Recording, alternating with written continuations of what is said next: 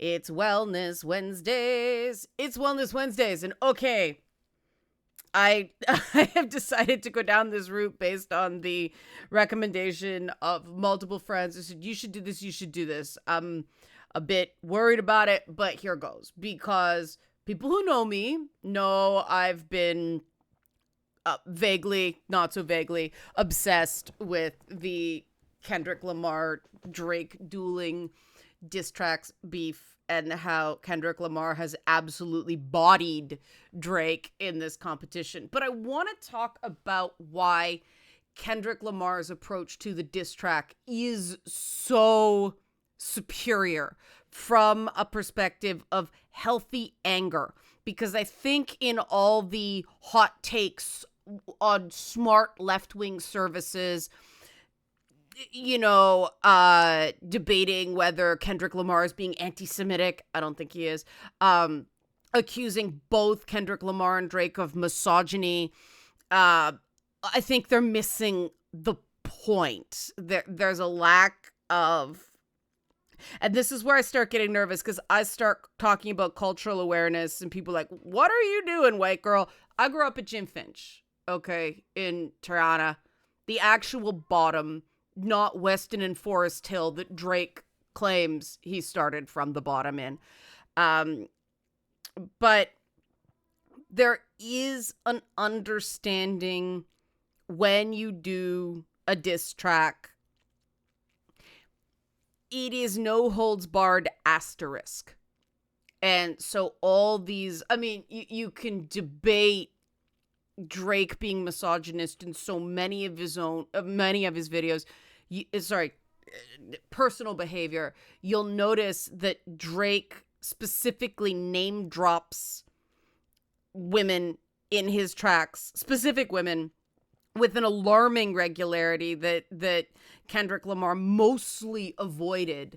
But I don't want to talk about those details. I want to talk about this being yet another example of Kendrick Lamar being an absolute master of his craft. And with Not Like Us, it's a banger, but he's approaching conscious diss track on this thing. And that's why I want to talk about it in the context of healthy anger. So if you like this kind of content, help support this channel, become a monthly patron, patreon.com/Leanna K, or buy a one-time Leanna Care session for someone who can use it but can't afford it, coffee.com/Leanna K. Your support is appreciated. I just realized I'm wearing my Galactus shirt, which is my healthy anger shirt, and I'm wearing my Gogo Bordello hoodie because it matched the color. But maybe that's a sign. But, okay, some background on Kendrick Lamar for people who don't know. In his music and his career decisions, Kendrick Lamar has been very open. He talks a lot about struggles with alcohol. He openly had a breakdown, I think it was a psychotic break, when he was ironically on tour with Kanye West. And he took a multi-year hiatus. He was born into rough circumstances, and he is very open in his lyrics in a very conscious, to the point of self-conscious way. And that's why I think that the shots Drake took landed less hard, because a lot of Kendrick's past poor behavior has been addressed by Kendrick Lamar. Drake has less of a track record of being accountable for when he's slipped up. There is a cultural disconnect between how Kendrick Lamar handles autobiography and lyrics and how Drake has made a lot of money being the soundtrack for other people's lives. And that's why I think the hook, they not like us, landed wop, wop, wop, wop. I listened to it again to hype myself up for this video, not gonna lie. It is the first step to healthy anger is owning your own shit. And Kendrick Lamar is very, very good at that.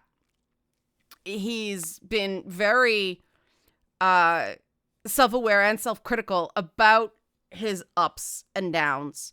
Humble is still powerful to this day. And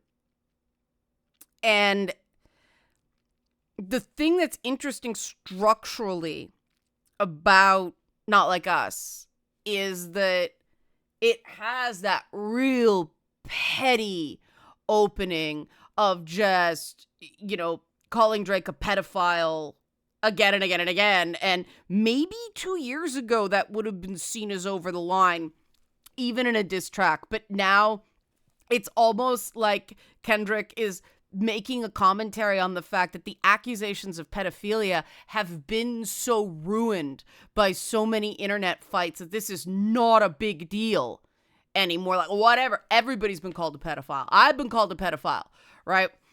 And these are not new rumors. Most of the stuff that Kendrick referenced is stuff that was already just out there, like well-known. Drake's, I'll say, potentially inappropriate relationship with Millie Bobby Brown, who he did not mention, and Drake did. Like, don't want to get derailed. Healthy anger.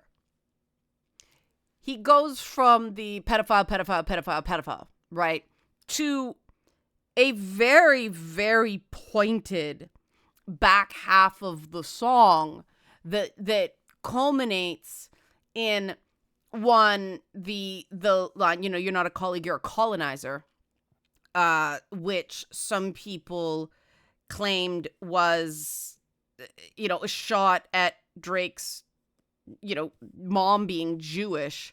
But there have been Jewish people involved in hip hop going way back. That's not the issue. It's the fact that Drake goes in, borrows cred, takes a boost up from other people, and doesn't reciprocate, doesn't remember who helped him when it's time to either return the favor or pay it forward.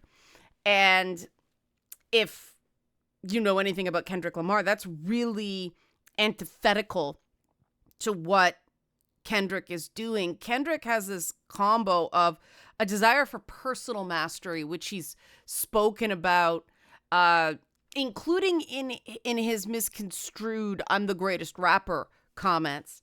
He talks about just wanting to get it like good every time. Now, this is a guy who grew up with a stutter, so good for him. But this has been an ongoing theme with him of you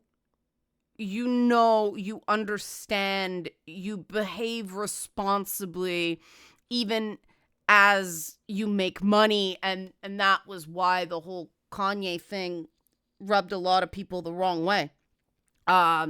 We saw what happened. But Drake is obviously very different that way. And going through, name dropping all the people that Drake used for cred to remind people, and then to have that very delightfully creepy step this way bit. To me, that's an allusion to the claims of exploitative practices that the OVO label is doing on other on artists, on rising artists. And the reason I like the structure of Not Like Us, the reason it's a conscious diss track, is that Kendrick gets all the petty stuff out of the way and really nails. I think the reason this has showed up in all the clubs is he really said the quiet part out loud of why people don't just disrespect Drake, they actively hate him because he isn't elevating others. He is exploiting others for his own personal gain, according to them. I'm just being very careful because I don't want to get sued. But that is really the core of it. Anybody that I have worked with who has worked with Drake has the same complaint. The minute he's done with you, he loses your number. And there's just too many of these stories for them there to not be a pattern here. And I think the combination of, because Kendrick Lamar is known for this almost zen-like quality in interviews. I think he gets in touch with pain and anger and the sort of baser instincts in his music, but he does have that conscious label, and he is like the Zen master, the hip hop messiah in interviews. And we went from Kendrick being conscious to Not Like Us, where he very clearly wants to knock Drake unconscious. And everybody went, oh, Kendrick got mad. And I think that's a very, very important example for everybody, but especially in that intersection of race and socioeconomic status and geographics, that you get mad at the wrong person, that's it, you're done. I do think this is really powerful. And the fact that Kendrick Lamar connected to his core values in Not Like Us really is what makes the anger healthy. He did a values-driven argument. He really connected to that need for people to feel like they can trust other people in community. And you can tell he's not just angry, he's offended. And the fact that the lyrics are so smart, and the fact that it is such a banger is the embodiment of healthy anger, meaning he can experience it. He's angry. He's disgusted, but he's not overwhelmed by it. And you compare that to, I can never even remember the name of the Drake disses, but you listen to it, and he's just talking on the mic. There's, and he's just talking on the mic, and I'm expressing my feelings, and this wasn't really, really nice. And I'm going to talk about myself a lot, and this is about me, right? Like, this was very hurtful, but this is a diss, right? So I can't say it's hurtful. And he almost starts sounding like a Valley Girl in your head, because it's just so, he's just, that's not fair. It's not fair. It's not me. No, it's not me. It's not me. It's you. It's not me. Whereas Kendrick's just owning it and boom. No, I am saying what I am saying. And so he's owning it, but he's not being overwhelmed by it. He's going, I am boxing this off in this series of diss tracks. And then we are done. I am not carrying this with me into my life. We're getting it out here. And I do think that Kendrick Lamar's history of taking a good hard look at what drove his own behavior and being increasingly aware of having a sustainable life and taking care of his mental health. I think he has the self-compassion required to do like this diss battle. He just did not care what Drake said about him. It's like, no, this isn't about me. This is about your shitty behavior. I've made mistakes. You have a values problem. You have a morals problem. You have an ethical problem. We are not the same. They not like us. They not like us. Right? That is the core of what Kendrick did with this build. But he's also using this, I think, to really let go of the beef. Like, he settled this. And I can see Kendrick just, okay, he may have to perform this song sometime. Maybe he won't. It would be very, very Kendrick Lamar to, produce the most commercial thing he's ever done. And then just, no, I'm not performing it. because that's not what it was about. Play it in the clubs, play in the clubs, like, it's yours now.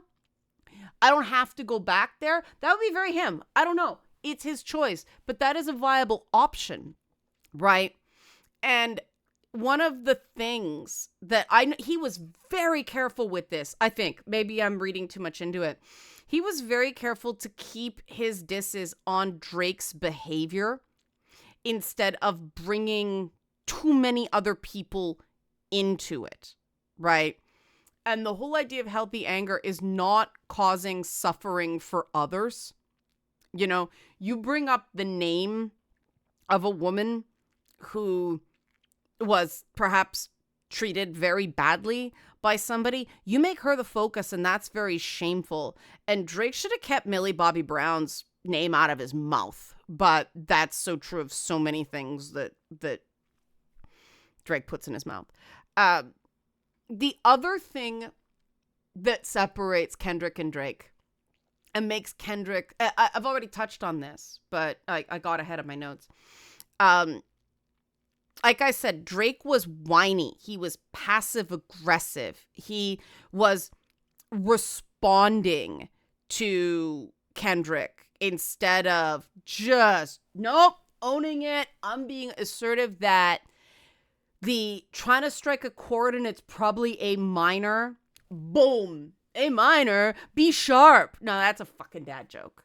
That's weak, right? You are responding. You are not creating. You fail to understand who is in control here, Drake. Like, no, advantage Lamar, right? Drake is not asserting. He is not saying what he really means. He is trying to be above it, and he is not in touch with how much he must just despise Kendrick Lamar right now, right? Kendrick Lamar did put Drake in a no-win situation, and this is what I love about hip-hop. It violates the nice game, and in doing so, it just shatters whiteness. Yes, I went there. Hear me out, please. Very white girl, didn't grow up in a white place.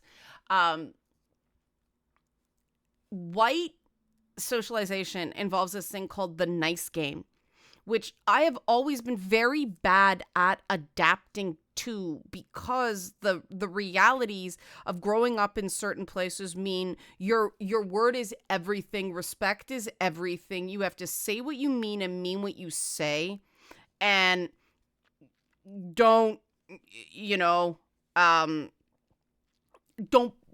be passive aggressive. People got to know where you're coming from. They got to know they can trust you. And that is considered rude or too aggressive in polite society. But when you are dealing with communities, racialized and impoverished communities, unsafe, both over-policed and under-policed neighborhoods, the youth in those neighborhoods exhibit trauma similar to people who have survived war zones. And because of that, you do have to be very aware of your feelings and really be able to name them and express them so that they don't come out the wrong way, in part because people want to keep these kids alive and out of jail. But also, there is trauma recovery that is required, and that's a lifetime thing. And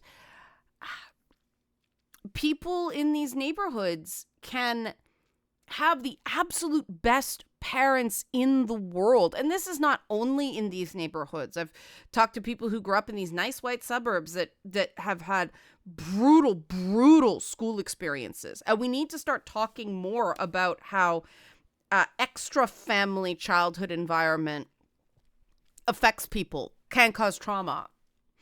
It's not always the parents, right? Sometimes it is the treatment in schools. Kids spend way more waking hours in school than at home. And because they can have the best parents in the world, that's a rough environment. You have to get smart very young your childhood is cut off, and these have impacts. And anger is part of that impact, knowing how to express that's what humble, what that sense of being just silence, bow your head, right? That is why we have these programs like street dance, like hip hop, like DJ classes, anything to get it out. Not everybody can express themselves in words, the way Kendrick Lamar can. Some people need to do it in movement. Some people need to do it in visual art. Some people, even, DJing these micro sets, they are a form of expression. The way things are combined, it's very creative. And all we really care about is, okay, get it out so it is not rattling around inside you, eating you alive. And in that way, we enhance resilience. But Kendrick Lamar he was modeling assertiveness in it, building up to Not Like Us, but Not Like Us definitely. He was just like, I'm saying it, and I know people are going to judge me, but I am offended, and enough's enough, and someone's got to say it, and I am prepared to be crucified. Symbol, right? And I respect the hell out of that. Even in the diss, Kendrick Lamar is aware. He knows the hits are coming. And I mean, resiliency and self-compassion are so tied. And he has clearly had to work on a lot of that. I mean, addiction recovery is really marked by learning how to forgive yourself and go easier on yourself so you can improve instead of escape using substances, right? And he has the assertiveness, he has the compassion for himself, he has a compassion for others, and he is prepared to take what he dishes out. And knowing he went through a full-blown breakdown not that long ago, that makes it all the more powerful, because becoming dissociative, becoming like experiencing psychosis, there's a real fear of going back there. So any intense state is frightening. And to watch Kendrick just go, throw down the gauntlet, pick up the mic, there's something triumphant about it that is so very what Kendrick Lamar does. And he says, I gotta be the best rapper every time. And he has extended this to diss tracks. And what is amazing about what he did, he went petty. Yeah, he went into the gutter. It's a diss. It's a hardcore match. The normal rules don't apply. But he still maintained a standard of excellence. And so he was in control. He was aware. And let's face it, this is the potential beginning of a redemption arc for Drake. If Drake can show he can take this, he has not yet, to be clear, but if he does show he can take this and go, all right, you were the better rapper. In some ways, you were the better man here. People want Drake to be a decent person. People want Drake to succeed. Nobody wants, stores to be vandalized, and I'm being careful about some stuff directly connecting because there's no evidence, and the upgraded security for Drake started 4 months before these disses dropped. So there's not even there's correlation, there's not causation. Obviously something else was happening before this series of tracks started dropping, the back and forth. So, right. But and the other thing is, the whole idea of diss tracks in hip hop is you're settling it with words. You're expressing yourself in words. You're not going out and destroying things and being violent.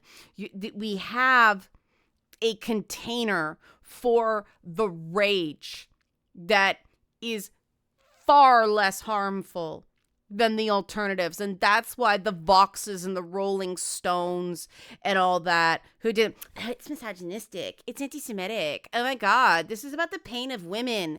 And, you know, I didn't see those pieces being written when Drake was going after Megan Thee Stallion, just saying. Eventually they started going, but a lot of people waited for that position to be popular before they defended Megan, and that aged like milk. So, no. That's misunderstanding what this is doing. If we have a place to put our anger, and this tradition goes back to, the Cassius Clay's album in the 60s. John Lennon and Paul McCartney took shots at each other in songs after the Beatles broke up, you know. This is not new, but in hip hop it became more poignant, and that's why Drake invoking Tupac. I was hesitant to say his name because at this point there's so much negative energy surrounding what Drake did. AI Tupac. There are smitings going on. You know, the spirit of Tupac is because that was so not what Tupac was about. Tupac was a complicated guy. And I think that is part of the rage that Kendrick Lamar, he name drops Tupac, and that's part of the, oh hell no. And sometimes, no, you shall not pass. Oh hell no. Sometimes that is the right answer. When someone does something as offensive as, you know, AI duplicating a man's voice who wanted to rise above, wanted to put the violence and everything behind, but was killed in a beef. That is the appropriate time to get angry. Getting angry, getting outraged when someone does something like that is healthy. Never getting angry is not healthy. And as long as things stay just words, I mean, maybe the whole pedophile thing bothers me less because J.K. Rowling got me labeled a pedophile, and that was just another day in, you know, wine mom Sauron's castle living. Like, who am I gonna defame today, knowing I have so much money that even if they sue and win, oh well, that's one check. Tee-hee, roll around in my money like Scrooge McDuck. Oh, don't you dare call me a man. No, I am a woman. I'm dissing. I'm doing my own diss, right? Okay, we don't do that. And the thing about what J.K. Rowling's doing, the thing about all these damn Twitter feuds, all that stuff, they're not clever. They're not enlightened. They ain't good lyrics. You're a pedophile. No. Trying to strike a chord and it's probably a minor. Good line. No matter what you think of the motivation behind it, that was a sick lyric. And the fact that it stalled and just everything about top-notch creative work, right? That is the art of the diss. Make it clever. Do something other than being angry. Make a point. Like stabbing Nifty nifty stabbing at the end of Has Been Hotel, right? Like just like there was a joy in that moves beyond the anger. It means we don't have to take it any further. And keeping it at words means even though the words escalate, it can only go so far. And more people have to learn that. More people have to realize the way people who know hip hop do, who aren't academics, who get attention and money in a way, going tisk, tisk, tisk, this is not it. It can only get so hot when it's just words. And that's something I think a lot of us can be more self-compassionate about. Because taking a punch, that's one thing, you don't have to respond to every slight. And Kendrick didn't. Drake said a bunch of things about him, said his kid's not his, all that stuff. Kendrick did not reference it, like, yeah, boom. That's the self-compassion. And that's what we can model. Like, no, it ain't about me. It's about your shit behavior. It's not about my past failings. It's about the ones you're continuing to commit. And the ironic thing is Kendrick Lamar humbled Drake. But Drake has to choose to be humble now and take the lesson. And I think we all do. Instead of leaping to judge Kendrick Lamar and Drake, like, the left, who's writing all these hot takes, misogynist, they didn't take a moment to understand the anger here before jumping to criticize. And I think we need more people going, no, I'm allowed to talk about his bullshit with underage girls. I'm allowed to talk about exploiting other artists. I'm allowed to talk how we opened up our community to him and he spat in our face. That's fair. And I do think they did a little bit of false equivalency with Drake's history of misogyny, and then a couple things Kendrick maybe went over the line on, but they are not the same. They not like us. Stop the false equivalencies. You probably did that just to get the article published, to put both their names in the headline for search engine optimization. And that's petty. And that's why Not Like Us debuting at #1 on the Billboard Top 100 is so sweet. It's so sweet. Holy shit. That's good, because it is just a good track. No matter what it's about, it's clever, it's structured. You listen to the dynamics build and build and build and build and build, and then end on this very insidious, nefarious note that makes you realize, yeah, that sleaze, what you're feeling right now, the tone in his voice, that's what he's responding to. It's brilliant. It's art. And we shouldn't be shaming art. We should be taking our own advice as enlightened people, and going, all right, let's not judge what this guy said in anger before we understand why he's angry. And maybe his narrative of exploitation, which rings very credibly, gives him the right to be not so nice. That's healthy anger. That's avoiding the nice game. That's how it subverts whiteness. The idea that you always have to be nice and the person who's not nice first loses. No. There's no place for that here. Because when people get pent up, then people get violent, and then people really get hurt. We don't do that. We use our words. So I encourage everybody to use your words instead of just going, hot, bad take. Bad take. If everybody did what Kendrick Lamar did and tried to make every communication in the public sphere their absolute best every single day, the world would be better off. Period. End of story. It's overachieving. He's an overachiever. That's probably something he still has to work on in terms of self-compassion, but he's amazing. Kendrick Lamar is amazing. And hopefully you found this video amazing. Help support this channel. Become a monthly patron. Patreon.com/Leanna K. Or buy a one-time Leanna Care session for somebody to use but can't afford it. Coffee.com/Leanna K. Thanks for watching, and be well.